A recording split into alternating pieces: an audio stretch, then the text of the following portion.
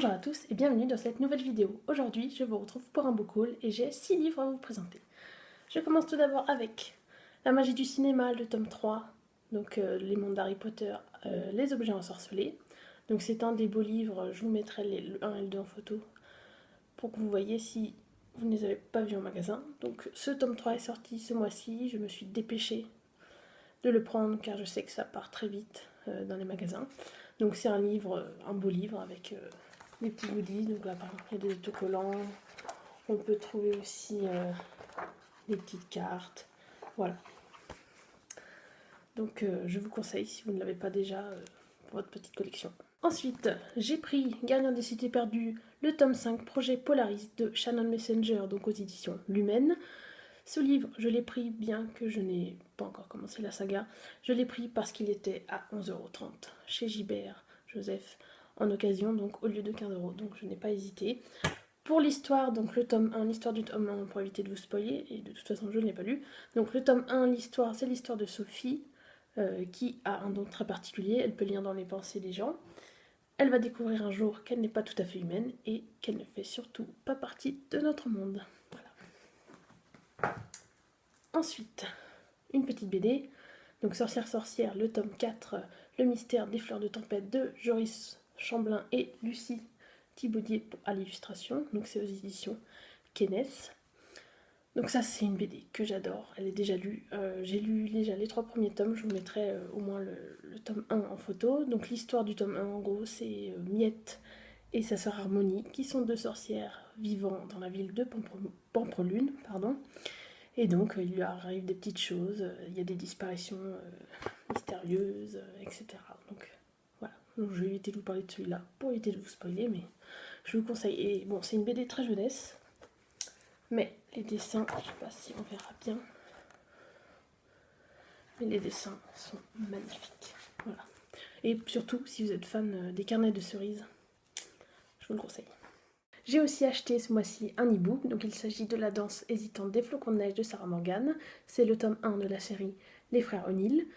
Je ne vais pas m'attarder sur le résumé. Si vous voulez en savoir plus, surtout si vous ne connaissez pas ce livre, je vous laisse aller voir ma vidéo pile à lire pour le Cold Winter Challenge où je parle un peu plus du résumé. J'ai ensuite acheté Phobos 4 de Victor Dixon aux éditions Robert Laffont dans la collection R.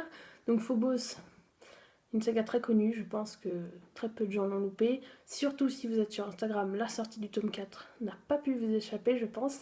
Beaucoup de gens ont posté des stories avec pour donner envie aux autres, ce qui a très bien fonctionné. Et il y a aussi eu la promotion, donc je ne sais pas si elle a encore d'actualité, pour le tome 1, donc qui est à 9,90 €. Voilà, si vous n'avez pas commencé, foncez en plus sur le tome 1 qui est à 9,90 €. Je pense que à ce prix-là, il n'y a pas à hésiter. Donc Phobos, je vais vous parler du tome 1 pour éviter de vous spoiler. C'est l'histoire de Léonore qui fait partie des 6 prétendantes pour aller coloniser la planète Mars avec donc 6 autres garçons. Durant le voyage dans le vaisseau spatial jusqu'à la planète, ils vont devoir tous se rencontrer pour former, donc sous la forme de speed dating, pour former 6 couples, les 6 couples de Mars, donc les 6 couples pionniers. Voilà, donc c'est sous la forme d'une télé-réalité, voilà, suivi par des millions de gens dans le monde entier, avec des sponsors, etc. Je n'en dis pas plus. Ce qui est sûr, c'est que donc, tout est beau, tout est... En fait, les prétendants y vont, tout est payé. Voilà, ils n'ont rien à payer eux-mêmes. Et donc tout est beau, tout est rose, mais le rêve va virer au cauchemar, comme c'est très bien dit dans le résumé du tome 1. Voilà, donc je vous le conseille. N'ayez pas peur de ce côté télé-réalité, speed dating. Victor Dixon a une narration très particulière dans cette saga qui rend le tout très addictif et très, très prenant. Oui, bah, addictif, prenant. Voilà, et j'ai commencé le tome 1, je n'ai pas pu décrocher, j'ai enchaîné avec le tome 2, heureusement, je l'avais sous la main. L'attente pour le tome 3 était très dure, mais voilà, maintenant le tome 4, en espérant que ce soit la fin, ce qui n'est pas sûr. On verra bien. Enfin, pour terminer, donc en allant chercher Phobos 4, je suis tombée sur cette merveille. Donc Heartless de Marissa Meyer, donc qui n'est pas...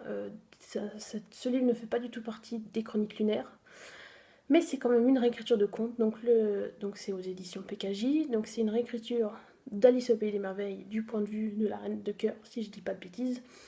Voilà, donc il est magnifique. Et surtout, à la base, je pensais le commander à Noël. Mais quand j'ai vu son prix, parce que je l'ai trouvé d'occasion, et il est en parfait état, donc je l'ai trouvé à 13,90 alors qu'il fait 18,50 €. Voilà, pareil, je n'ai pas hésité. C'est comme pour Gardien des Cités Perdues, le tome 5. Quand je vais à Gilbert Joseph et que je les trouve d'occasion, je ne peux pas résister. Ce sera donc tout pour cette vidéo. Je trouve que je ne m'en sors pas si mal avec seulement 6 acquisitions pour ce mois-ci. Voilà, avec 2 livres d'occasion, une BD aussitôt achetée, aussitôt lue. Pas trop d'ajouts dans la palle, voilà, je m'en sors pas trop mal, ça aurait pu être pire. Je vous invite à liker la vidéo si ça vous a plu et à vous abonner pour voir d'autres vidéos. Et également à me suivre sur les réseaux sociaux, donc qui seront mis juste après. Je vous souhaite de bonnes lectures et je vous dis à la prochaine. Salut!